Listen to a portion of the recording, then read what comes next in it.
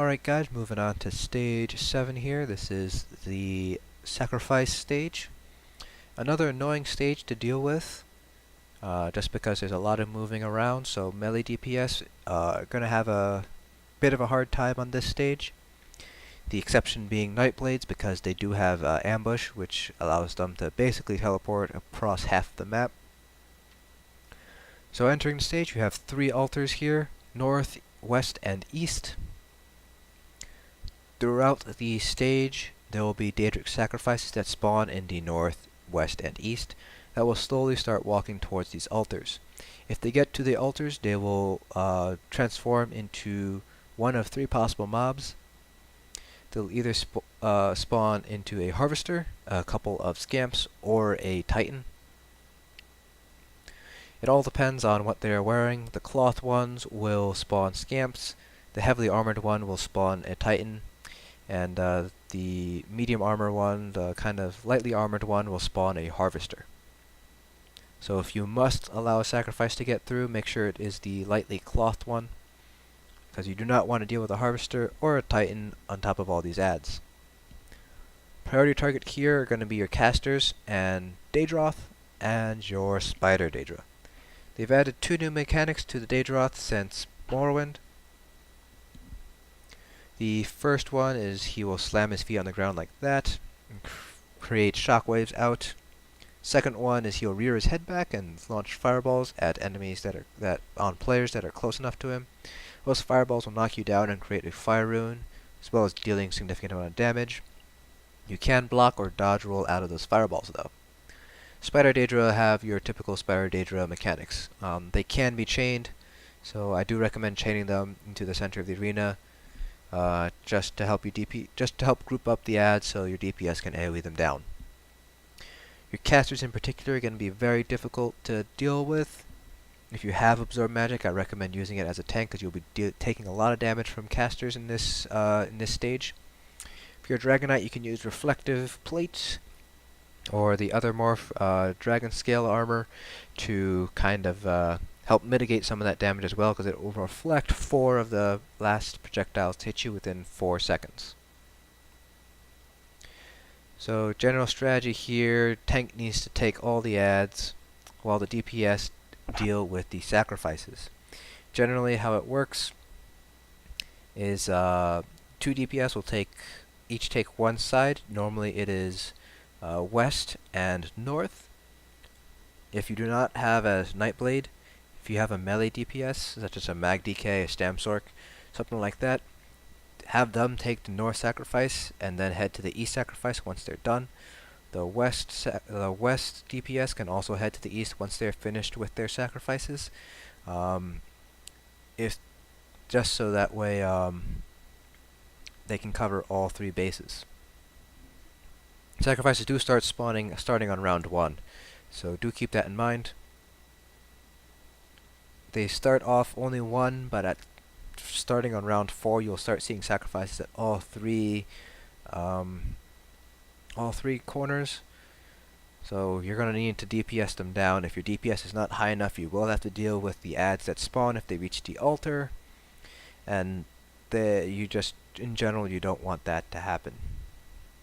The Titan and the Harvester in particular are challenging. Scamp not so much, but definitely just want to avoid getting any of the sacrifices to the altars. This stage in particular is tough on non-DK tanks, just because of the amount of casters there are. You can see here I'm using barrier a fair amount, just because I cannot guarantee I will taunt everything, and so I want to just ensure that my teammates are as protected as possible. My barrier gives them about a 25.5k shield, which is a very large shield, and it also heals them as long as that shield is up. The 4th stage in particular is going to be where you're probably going to wipe, just because of all the casters and all the adds that do end up spawning. If you can Destro ulti down or the adds, particularly the early ones on the 1st and 2nd wave of ad spawns, it'll be very helpful for the tank on the next couple of spawns.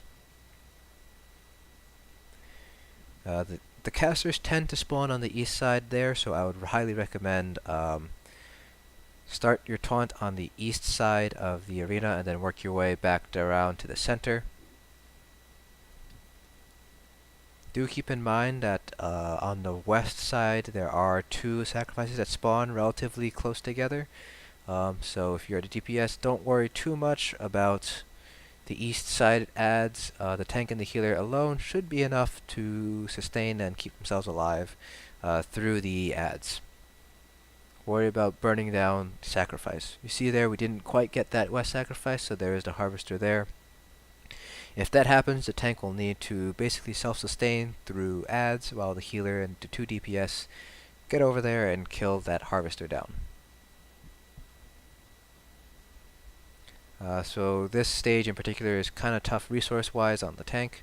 Don't feel afraid to heavy attack, don't feel afraid to ask your healer for resources, and definitely don't be afraid to use your tri-potions if you are starting to run low on resources. Final stage here, bosses don't spawn with any ads besides the sacrifices, so you're just going to want to make sure to burn down the sacrifices. North sacrifice is always going to be a heavy armor one, so you're going to want to kill that one first. Then your west sacrifice, that one is going to be your harvester, and your east sacrifice is your third priority sacrifice to burn down, because that one is the scamp one. You can see there, the mage will throw down a negate magic, and the melee will throw down a nova. So if any of the members in your party are using those two skills, make sure to call out bad negate, bad nova, or my negate, my nova, just so everyone else is aware of which nova is bad, which negate is bad, and so on. Both of these mobs have a lot of moves to watch out for. Starting with the melee alongside of the nova will cast a dark flare. Doesn't do much damage, but you can interrupt it. You will also use Power of the Light that, if it connects, it can momentarily stun you and turn your screen white. You'll see it several times in this fight. The mage, besides the negate magic, will throw down Daedric landmines near him. You'll always throw down 5. You'll also float in the air and do that, and that's basically a healing. Ads will spawn at 65% and first wave. There's a Daedroth in that first wave, so you're going to want to burn down the Daedroth first. Dark Mage also has a Crystal Blast. This is the first stage where mobs will start using Crystal Blast. When that happens, you're going to want to block it, otherwise it'll knock you down and deal a heavy amount of damage, just like the player version of Crystal Fragments, Crystal Blast. So for this fight, the tank will want to bring the mage and the melee together, so as to burn them down. Tank is also going to be responsible for interrupting the Dark Mage when he does that healing move. One thing to keep in mind if you're a DK and using Reflective Plate, if you reflect the Dark Flare, it'll actually fly to another person in your party, so you're going to want to avoid using Reflective Plate during this fight, so that way you aren't accidentally damaging somebody else in your party.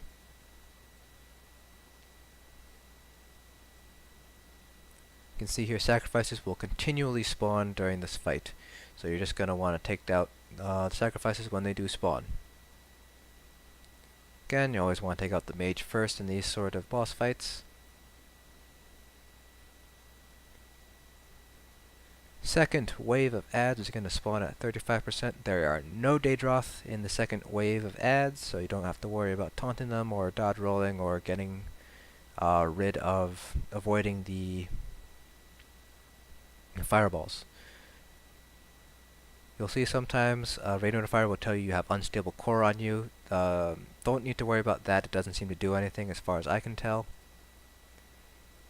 You can see that. That is another move you're going to kind of want to watch out for. As a tank, it'll turn your screen white and it'll stun you, so you need to use Break Free to get out of it. One final thing you're going to want to watch out for on these two bosses is that they do have an enrage timer. If you take too long killing these two bosses, they'll start glowing red. When they're glowing red, they're going to deal increased amounts of damage. That damage is going to continue to increase the longer they stay alive, the longer they're in enrage phase. So when that happens, you're just going to want to make sure to kill the boss as quickly as you can. Don't forget to continue to kill the sacrifices though. It just means you're going to need to really turn on the burner on the boss. So this is one of those hard DPS checks. If you don't have 40k group DPS, you're not going to be able to make it past vDSA. And this is kind of a good test to see whether or not you have that DPS. You can see here he's starting to glow red. He is enraged. Fortunately though, he is already pretty much almost dead, so we can just burn him down. So that's it for stage 7. Make sure to burn down the sacrifices, particularly the armored ones first, to avoid the Titan and the harvestor. Gonna loot your chest, get a big piece here. Don't forget to repair if you need it, and we'll move on to stage 8.